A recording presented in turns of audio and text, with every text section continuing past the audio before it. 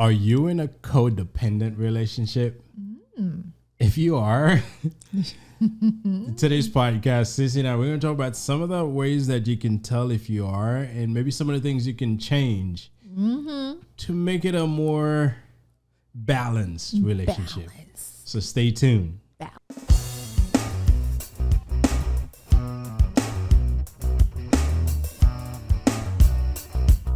Hey, Blissful friends, welcome back. Welcome back to another episode of the Blissology podcast. I am your host, Cece, and I'm joined by my hubby. What's up, baby? Hey, everybody. Hey, what's up? What's good? Not much. Hey, everybody, this is Will, and welcome back to another episode. We're glad to have you back with us today. If this is your first time, please remember to subscribe and hit on that notification bell so you can be notified when these videos come out. Now, this is a weekly podcast, and in this podcast, we talk about love, family, relationships, what else? Politics? No? We don't want to do that again. All right. Okay, then fine. No.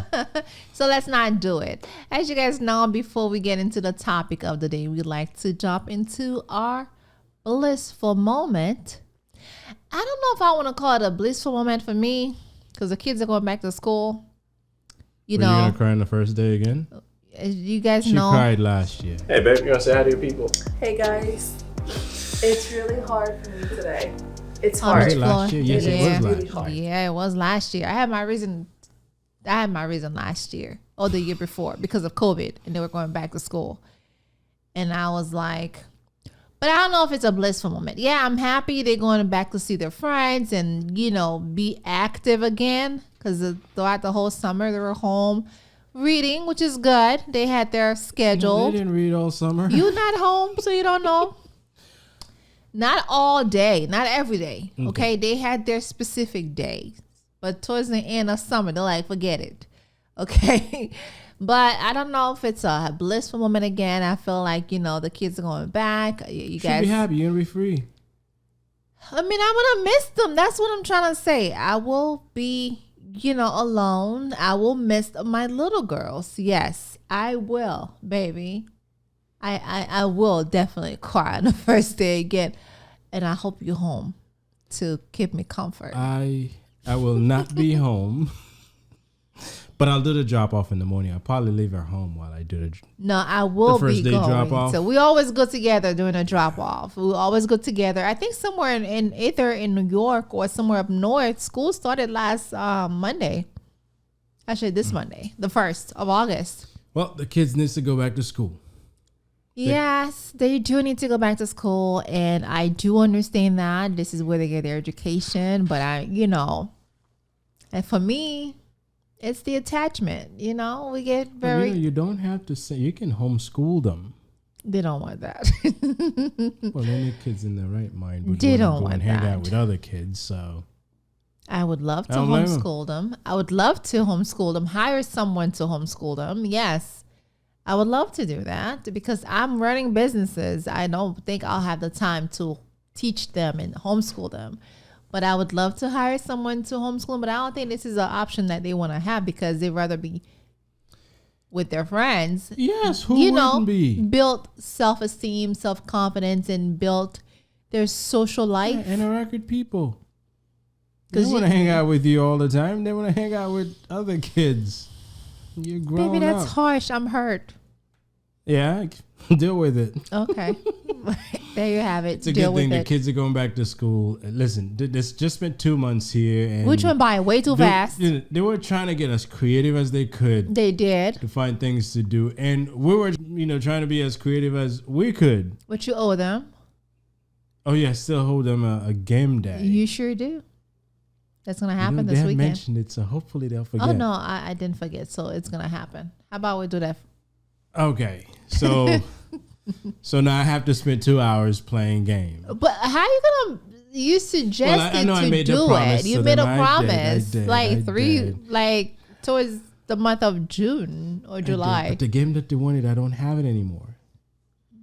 But anyway, I guess I promised them a game day. Well, a game 2 hours, not a whole day. There's no way I'm going to sit around and play games for a game night. So, well, then I have I have just about a day left to actually do that. You can do that on Sunday. They don't we don't do that on Sunday. They don't start school until Wednesday. So, yeah, we could figure it out. We'll make something work. Sunday's going to be game night.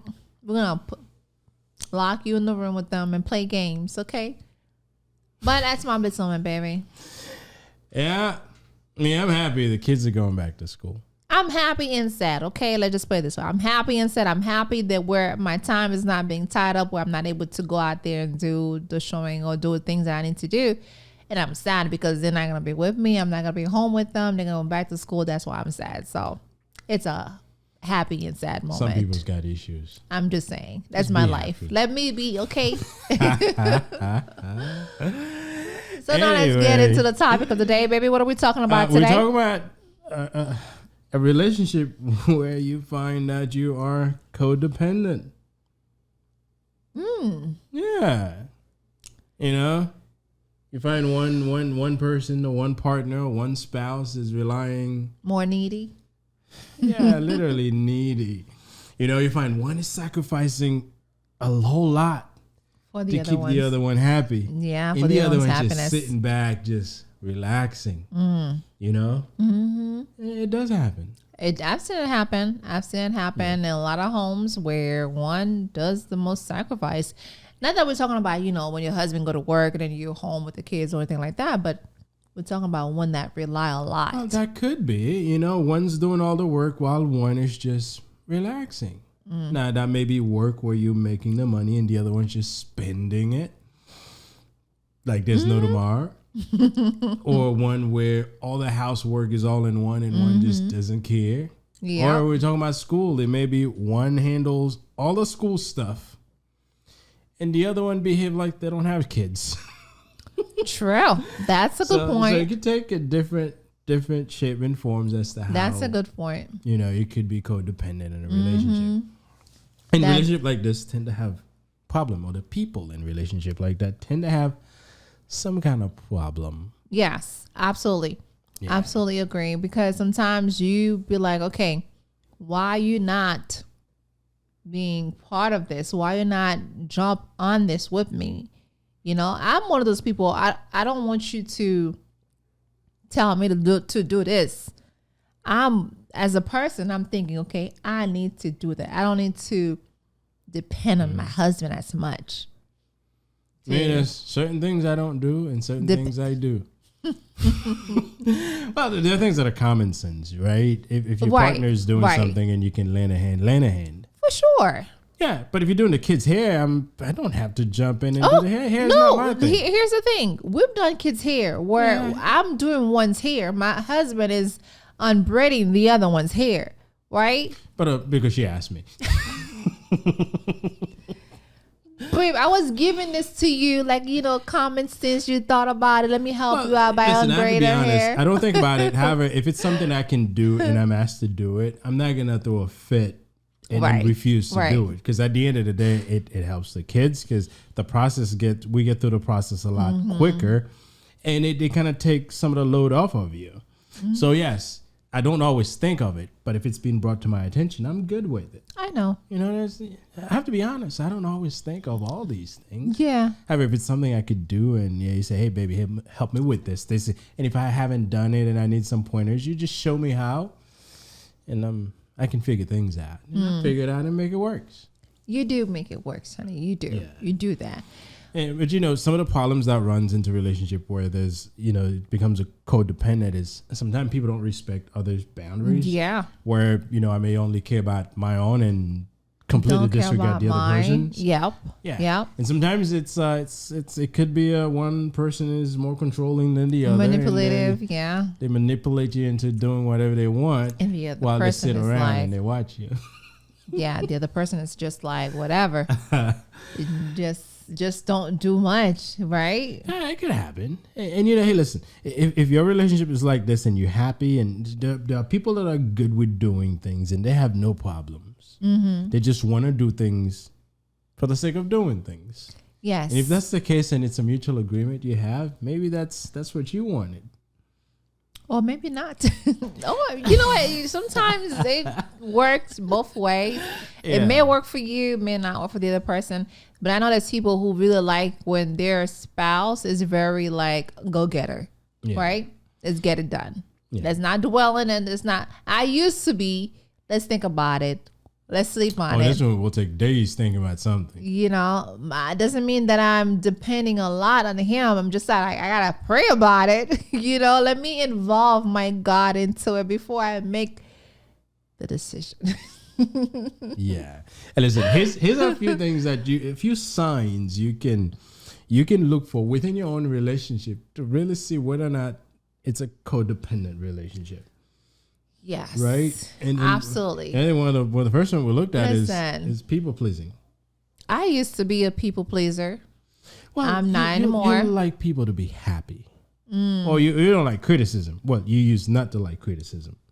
I used to not when I was small-minded. Okay? At some point in my life, I used to not like it when my husband told me, but here's the thing. Right? Yes. When you used to criticize me about certain things that I do. I mean, it's like we all have feelings when we hear about we want to criticize on certain things. You're not gonna like it. Yeah. But yeah. And you know, not in my relationship, but I think some of us throughout our life, sometimes we find some traits of people pleasing in us. I know still from time to time I find things that I do and it's because I'm hoping that it makes this person feel good. When I could have done something else. Now, you know, we could have that, but when it's a relationship, a long term, if you find out everything that you're doing is just to keep this person happy while you on the inside is unhappy, then that's a problem. It is a problem, and that's why I always tell people communication is the best. If you're not happy about it, I really feel like a lot of people still are hurting from this. You know, people not talking and not understanding and it's like if I tell my wife this, she may not like it, but because I know she's not gonna like it, therefore I'm suffering. I'm taking it on myself because I badly disagree, but I can't tell her that. Because if I tell her to go do something, she may not like it because I know how hurtful she can be. Let me not say, you know what, it's okay. But in reality, you know you're not okay. Yeah. You know you're not okay. But and this is where it's good to allow yourself to disagree. Because you know sometimes the people pleasing comes at is, man, if I get this person upset, they may leave me. If they leave you because you get them upset, they were leaving anyway. Now don't go and do crazy stuff to get your spouse upset. Don't go and do like cheat or disrespect them. Yeah. But if it's something you disagree, or maybe if their parents said something that's like ridiculous, you can tell them, hey, listen, your parents were out of line. Yeah. You need to get them back in line. Or something along those lines. If you went to life. Yes. But speak out, but speak your mind. Now, another thing that's important is sometimes people have certain boundaries. They have certain things that they don't like, but they're afraid of putting those out there. So do you find that, although I feel like you're crossing the line when dealing with me? Yeah. But I'm afraid to tell you. That you are crossing the line. So hey, if you cross the line, you cross the line. So I'm going to set my boundaries. Well, you know that I have some stuff that you just don't. And I know there's some stuff. And for us, we started early on. Well, we kind of learned along the way. We did. But we're at the stage where we know what pisses each other off. Got on my nerve. You get on my nerve. Oh, yeah. There's certain things actually that gets on the nerve. And she realizes that these are things that that's important to will. You may not quite, but get used to them. As you get older, you become more like, wiser. You more like understanding things a lot. I feel like it's just a level of mindset. Or maybe some people may not have that mindset. We all get to a point where our eyes open. Right, we see things differently. We process things differently, and more importantly, we get so confident in ourselves, knowing who we are, that there's little things that happens or that is said that does not throw us off. Yeah, and also it puts us in a position where we can express what's important to us in a much simpler, easier way. But Yeah, I truly feel like, listen, having boundaries is really simply means like you have respect for you and for your spouse or your boyfriend, your girlfriend, your fiance, whoever the person is to you. That's all boundaries mean. Like, if you feel like you need to set it, just do that. Yeah, do it, and do it early on. Yeah, because what you'll find, if you don't set the boundaries, you're gonna find yourself tolerating things that you hate. True. And one thing leads to another. Before you know it, either you find yourself doing things that you have no business doing because you're afraid of telling this person, this is not something that I want to do. And there we go. There goes the problem. You feel like you're being abused when you yourself never set the limit as to what it is that should be yours and what shouldn't be. My husband does this thing that gets on my nerve. I mean, I kind of like, I'm not okay with it, but I gotta like be okay with it. There's certain things that he does, and I'm like, oh, here we go again. Like, especially when you clean out your throat. I gotta clean out my throat. And there's certain things like irritates you. You know, you're like, oh my God, here it goes. I don't like it, but I gotta accept it, you know. But then again, I just But I don't do it next to you, though. There are things I do, like if I clean my throat, I go in the bathroom and clean my throat. Not like, well, see, I'm sitting here next to her. I will not clear my throat right next to her. It gets loud sometimes. It gets very loud. So very, very loud. But this is where the communication comes in. I know that it's something that you don't like, because yes, I make loud noise and I don't want to do that in her ear, so I go away and then be on my own and do my thing. You do be doing that. You do. But you know, another thing that causes problems, and we kind of mentioned it briefly, self-esteem. If you find yourself in a relationship where you kind of have low self-esteem, there's a lot of things that you will not be able to openly come out and state, especially when it comes to boundaries, because you're just not confident enough to kind of state what's important to you and how you want things handled. So look at yourself to see, are you accepting things because you're not confident in your abilities? And sometimes maybe I don't think that I'm good enough for this person, so just so they can stick around, I'm just going to wash their feet and kiss their feet and their butt every day. Where you going with this, baby? I'm trying to get out of the foot massage. If you see where I'm going. I kind of feel like this was like something that you're throwing at me. A message here, you know. I kind of felt it too, and I was like, "Where you going with this?" I felt it, baby. She loves foot massage. So if I can get out of it, no, you're not. Unless you feel like, baby, I'm actually getting divorced because I don't want the massage or feet anymore. Then that's something else. Yeah, you're right. But look at how you're behaving. Is it self-esteem related? And if you're not confident in yourself, find ways to be confident in yourself, you know? Yes. And know that if you're with someone, if someone decided to be with you, it's because they want to be with you and they see some value in you. Now, the value can mean different things. Maybe you're feeding them and they realize that, you know what, I'll let you keep feeding me. But not a lot of relationships based on this. If someone decided to be with you, about 99% of the time is because they see value in you as a human being and they're willing to spend time with you. Maybe to get to know you a little bit better to see where it goes. During that time, if you're not married yet, yes, just be you. And be the real you, because if this person is going to decide on when I'm going to stay with you, then let them stay with the real you. So if you have some self-esteem issues, find ways, get some help to help you boost your confidence. And allow yourself to be vulnerable around this person, because sometimes you're afraid of making mistakes. So what? I'm making a mistake. I said the wrong thing or I screw up. That's why apologies exist. And that's why changes to the way we do things exist. That's right. I definitely agree. But the only problem is just that when you a young woman and you are in your early 20s or 30s, whatever age, I feel like if you're not confident in your body, in yourself, then it may be a challenge for you to, act a certain way. Yeah. And it's a real thing. Self-esteem does matter, especially to a lot of young people, young women. Well, I haven't been a young woman, so I don't know. Well, no, I feel like sometimes maybe for the guys, they may feel like, okay, she's pretty, she may be too much for me, but I don't know if my if I have the confidence enough to approach her, then he has a low self-esteem, like a poor self-esteem. And I think I also feel like you don't need to have the other person's approval for you to do the things that you want to do. Right? Yeah. Because a lot of times we feel like because we have poor self-esteem, we want to get approval all the time. Can we do this? Because we're not confident enough in ourselves. Well, if you're in a controlling relationship, sometimes it's not your choice. Well, if you are in a controlling relationship, then yes, and I'm sorry. Then that's going to be a problem.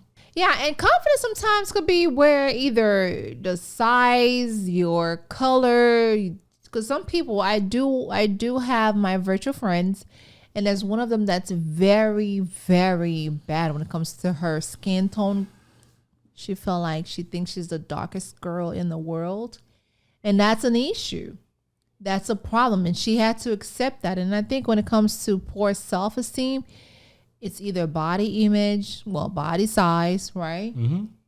Or your image, the color of your skin tone. And all this is a problem to a lot of us. Either your boobs is too big, your butt is too flat, or you got no butt, or you got no boobs, you like a flat. Yeah, but we all. What are we trying to say? A flat what? I don't know. Oh, you like a wall because your wall is very flat, straight. No, that's not nice to say that. But I'm just saying, there's people out there who are like that. I'm not making any joke here. I'm saying like this is a problem where you have poor self-esteem or low confident because you feel see like yourself a certain way. Exactly. But we all are built, and I know me sitting here and saying this, that get over it.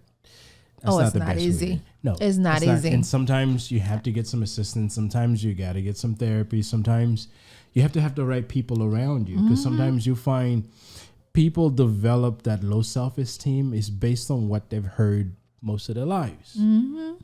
Friends, parents, maybe they were in school where they were constantly being mocked for being the way bullied. they look, yeah, being bullied. So there's real psychological impact to people who feels that way. Yeah. So me saying, "Hey, deal with it," that's not me completely disregarding how important this is. This is a real thing, and it's impacting a lot of young people. Yeah, and you kind of sound insensitive too when you say "deal with it." You're not. Yeah, so that sounds that's not very. Me. My apologies, but it's a real thing, and it is a real thing. Yeah, people that find themselves in that state has to get help for sure. Because sometimes this is not something that you can get over on your own, especially when it comes to body image. Mm-hmm. Sometimes someone says you're ugly. It'll take about 20 people to say you're pretty to kind of forget that. Even if you get it, you in the back of your mind, you still thinking of the negative, because somehow we carry the negative more than the positive. And you could hear someone says, "Wow, you are the ugliest person ever in this world." And it's unfortunate. Some people will say it in your face. Carry you for the rest of your life. Even you marry someone like, "Oh my God, you're so beautiful, you're so pretty," but in the back of your mind, you're still thinking of that comment that the person said when you were a little girl, a little boy. So I mean, be mindful what you say to people, and it's really important because it can be hurtful. Yeah, and being mindful of how you see yourself. Oh my God, yes, that is so true, because I have that problem all day, every day. Yeah. It starts with seeing yourself. We are usually our biggest critic. Which means we can pick ourselves out, pick every little things. Got a booger on your nose. Your nose is too flat. Your eyes is too big. There are people that worries about, am I saying this word the right way? And if I happen to stumble on a word, I'm guilty. I feel bad. But I don't care no more. Yeah, I've taught her that. I used to English care. is not my first language, so let me stumble. Let me be okay. Right? Let me be. So and you find it's important to be confident in ourselves, and it's a skill that we have to build. Because I think Zig Ziglar mentioned something that some people could do. When you wake up in the morning, just give yourself a big hug. Make it a quiet hug, but a big hug. And people may think that you're nuts, but really embrace yourself. And I know, listen, it seems silly. I've done it a few times. You have? Yes. I need to see you do it tomorrow morning. You probably will. But I high five myself in the mirror. Yes, the high five, the looking. is you have to change the way you see yourself, and some of it you can do on your own, but it takes practice. Yeah. It takes taking a little step. Do these little silly things, and for someone who haven't done it, you realize, man, that makes no sense. But there's a lot of real power in doing these little things. Yep. A lot. Sometimes just allowing yourself to be vulnerable. There's some outfit that some people, or sometimes you feel like, man, I don't feel comfortable in this. People's gonna say, what? Wear that outfit. That's me. And then go about your ways. That's me. And then when you come back home, ask yourself, am I different than the way I was when I left? Mm-hmm. If you are no different, then whatever anybody may have said, seeing you in that outfit had no impact on you. Yeah. So sometimes those are the tests that we have to run. And it's true. Sometimes my husband is like, babe, you look good. You look fine. But because of me, because I know how I am, I'm like, no, I need to throw a jacket on because I know them church people talking. Now, I'm not talking about revealing crazy stuff. I'm talking about normal things, but sometimes the way we feel and sometimes the way we think people would feel about us, that we refrain from doing the things that we actually I do. be like, I need to throw a jacket on it to cover it up. Even though the skirt is long or the dress is long, but because I know my body shape, I'm like, them church people's going to be talking. Let's just throw something on it because I'm avoiding them from saying certain things. And my husband all the time, and this it's is like, what I say. You fine. Them saying something, does that change me? Now, so I'm not doing something that's like crazy. Provocative. Or something that would put me at risk. Why not do it? People would always, the thing is, people would always find things to say. Whether if it's good or bad. Yes, that's the cheapest thing that anyone could do. Just talk and say things. Especially them. So if your self-esteem is low and you realize that you're in that state, sometimes you gotta learn to forget about people. And if you can't do it on your own, get some assistance. Have a keep positive people around you. That's one thing you should do. So learn to change the way you see yourself. Absolutely. And don't worry about what people say. Don't worry about what people say because listen, in this world, people will talk whether if you're doing good. People will talk whether if you're doing something bad. So you might as well do you. I always tell people that. I always tell them, do you, boo. Do what you got to do for you. Don't be copying other people, but do it for you. Y'all know that's right. So if your self-esteem is not there, do your best to get it to where it needs to be so you don't find yourself in a codependent relationship where you either doing things where you're allowing yourself to do things that you don't want to do because you are so not good with yourself that you cannot set your boundaries. Yes. And I like the fact that you said have good friends because listen, poor communication is definitely a killer. Yeah. But you have to be able to talk to people, especially the person that you're with. And not just talking. Because sometimes people think that screaming and arguing is talking. No, I'm talking about sitting down, have a conversation about your relationship, what's important to you, what's important to that person, how do we move forward from here, what our goals are, what are we willing to commit to this relationship, how do we want to do things, all of that stuff. And in a nutshell, I feel like when you are a codependent person, your mindset makes it so hard to communicate effectively. It makes it so hard for you to know what you want. To be honest, you don't know how to articulate certain things to your partner because you don't know how to communicate with your spouse, your boyfriend, or... Are you afraid to say what you want to say? You're afraid, because you're afraid of... disappointing this person, or you're afraid that you might say something this person picks up and leaves. A lot of time I feel like, okay, let me not say anything because I don't want them to feel a certain way. Let me not say anything because I care more for the other person, and what's important is that they feel good and I feel bad. I mean, and yet I'm still sending like a very mixed signal as to what I really want to say. Well, because you don't offend anybody. Right. And you're like, girl, say it. And this is where you gotta make sure you have you not only you have the skills, but take the time Yeah. to talk. Yes. And again, talking is not arguing, it's speaking. And it's okay. Like this woman here, she's like, man, we got to talk. Or I was thinking, whatever way that she starts the conversation, it starts. And we talk. Now, keep the talk short. Some guys don't like long talk, or they may get used to it. I have stuff to say. And I'm being honest. Yes. And I think you gotta communicate honesty and effectively. Yeah. Because it matters. Yeah, and expect that the other person may disagree, right? Because effective communication is that you relay the message gets to that person, they process it, and then they'll get a reaction. I missed something. Yes, What'd you do? You missed this reaction. So yeah, I missed that reaction completely. You sure did. Because I'd be disagreeing with you sometimes. Well, yes, she does. And I'll be like, really? But you're right. That's why. That's how it is sometimes. Expect disagreement. When we say communication, we're not saying that just lay out what you want and expect this person to just go along with it. No, there are times that you may disagree, and it's okay. Mm-hmm. If it's something that I support strongly and I have enough data to back up why I support it and help me convince it, yes, I'm gonna lay out my facts. Mm-hmm. And if your facts become stronger than mine, then I'm going to accept it because you'll help me see a different way. Right. But yes, don't ever go into a conversation thinking that it's in order. Mm-hmm. I'm just going to tell you and you do it. No, we're just going to talk. And I may want nothing with what you want. Yeah. And that's nothing okay. At all. Nothing at all. And you know, it's but you have to be confident in yourself to have that conversation. You have to see yourself the right way, the image of yourself. And we're going back to this again. You have to be able to see yourself in a positive way.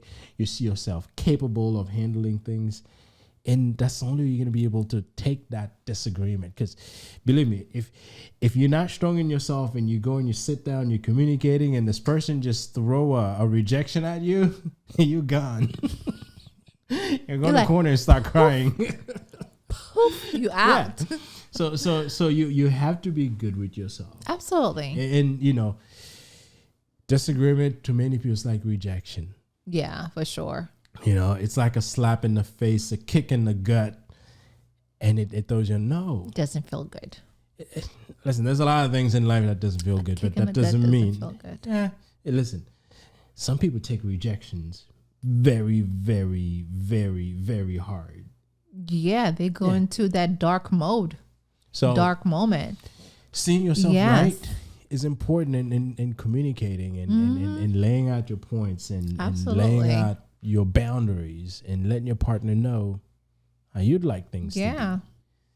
And support your points. I like the fact when people have something to say that you have facts or ways to support it to help the other person understand. I hate this when someone tells me something and you can't lay out the reason. It's like you got to do it this way. Why I got to do it? Because I say you got to do it this way. I speak with examples, and it's for that reason. If I'm sharing something with someone, I'm going to give you some analogies to help you understand it, and I expect the same thing. Don't just lay it out on me and expect I'm going to take it. Make it make sense. That's her word. That's my word. Did you ask for permission to use my word? No, I didn't. You didn't. I didn't. So you owe me money. I pay you yesterday. Oh, damn. Okay. Yes. Make it make sense for sure. Absolutely. Because a lot of times y'all be saying things that don't make no sense. Hey, listen. In any relationship, being dependent on each other is important, right? Because we complement each other. I depend on you. You depend on me. Yeah. We depend on each other. But it can't be like I depend on you more than you depend on me. Well, there would be something that you probably depend on me more than I do. I'm a very and independent woman. And there may be something woman. I depend on you more than you do. But, I'm an independent woman. I don't need you. I don't need a man. What's wrong is that it could be it's when it's always that one person that does everything and the other person is relaxing, or the other person either does not possess skills to do anything, or they pretend they don't. Yeah, like they pretend they don't see what's going on. Yeah. You go get the kids to, you drop them to school, you pick them up from school, you go to the groceries and get market and get the food. You get home, you cook meal, you cook dinner, and then you shower the kids, and then you read bedtime, and then you do whatever else. Do whatever else. No, and then you go clean up the house. Then you go wash the dishes. And then when it's time to go to bed, and you go to bed at midnight and wake up at 5 o'clock to get the next day going. Oh my God. While the other person never does anything. While the other person is just there, go to work, come home, eat dinner, and then do the same thing over and over again. Well, now, there are relationships where things happen that way though. But yes. If it's an arrangement that's made. Even arrangement is better. For it to be this way, I think it's but where I think it's a problem is if one person is like stressing out that they're doing all this, but they can't bring it up to the other person, that's what a big problem is. Right. Because if you find great joy in doing those things and your spouse is well aware that this and that, because that person who works, maybe the one that goes to work at 4 o'clock in the morning and they don't come in until 8 o'clock at night. So there could be valid reason where one person is doing all of these. But where it's a problem is when one person is doing them, they need the help. Right. They want the help. They want to say they need help, but they can't. They're afraid. That's what's a big problem. So, hey, listen, Cece and I, we share responsibilities and we do the best to help each other out.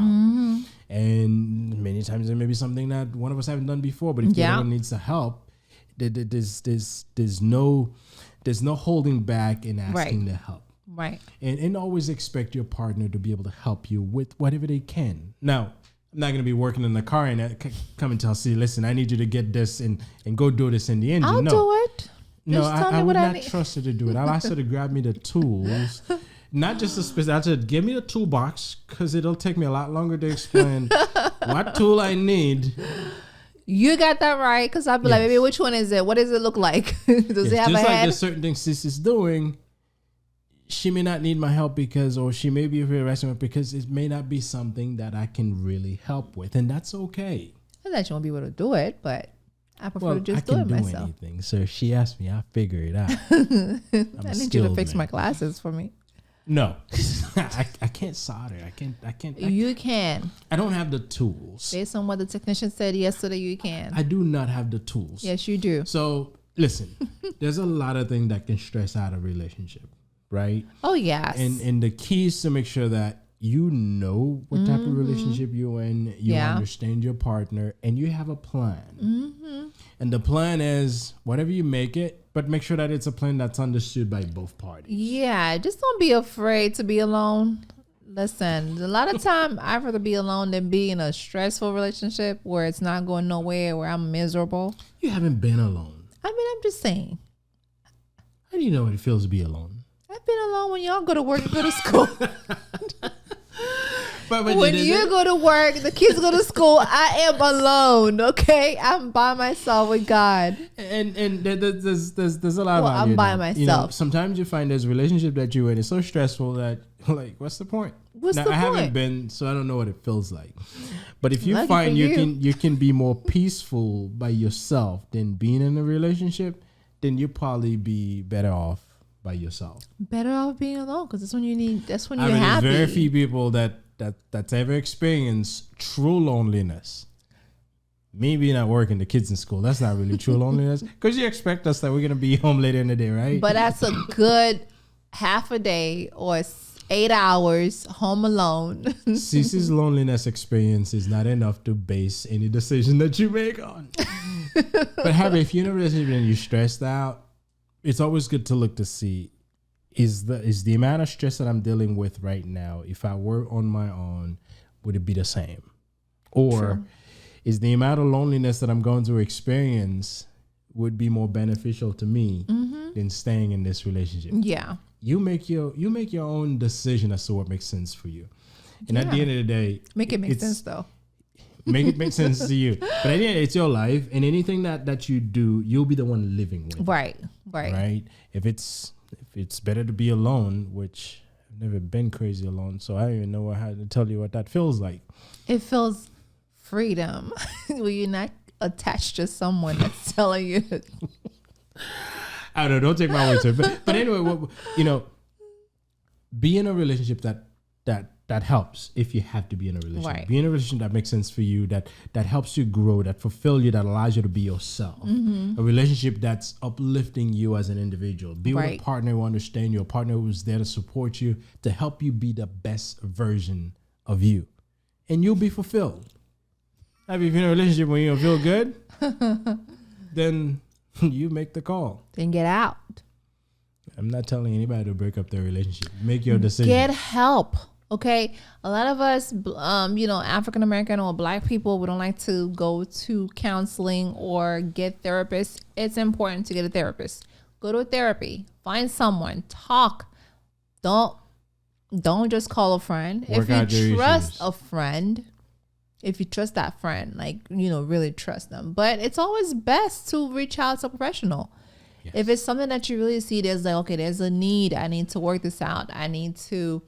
We need to work this out together. Then reach out to a professional person. And sometimes it may not be you that has an issue. It may be the other person. I'm not saying him because it could be the other one. It could be the other person. Maybe you can convince them to go see that person or that professional to help. I think if you both really, really want this to work, it's always good to go see a professional, a specialist or whatever they call them. Someone who's qualified. Someone who went to school and have the knowledge, not a local. There's a lot of good local people. Don't listen to Cece. Don't disqualify the local people. Hey, listen, I'd say... not your local pastor or priest. So go to a professional. There's some good pastors and priests that go to a professional. Okay, someone... Pastors went to schools. Go to a professional, I'm saying, who has a degree in that particular field, which is a therapist, right? Yeah, psychologist or marriage counselor or relationship counselor. There you go. Go see a counselor that can help you. Don't discredit the local people. I'm just saying, the priest and the pastor, they have their specialties, which is church. If you have a good pastor, see that pastor. Don't listen to CC. Hey, listen, guys.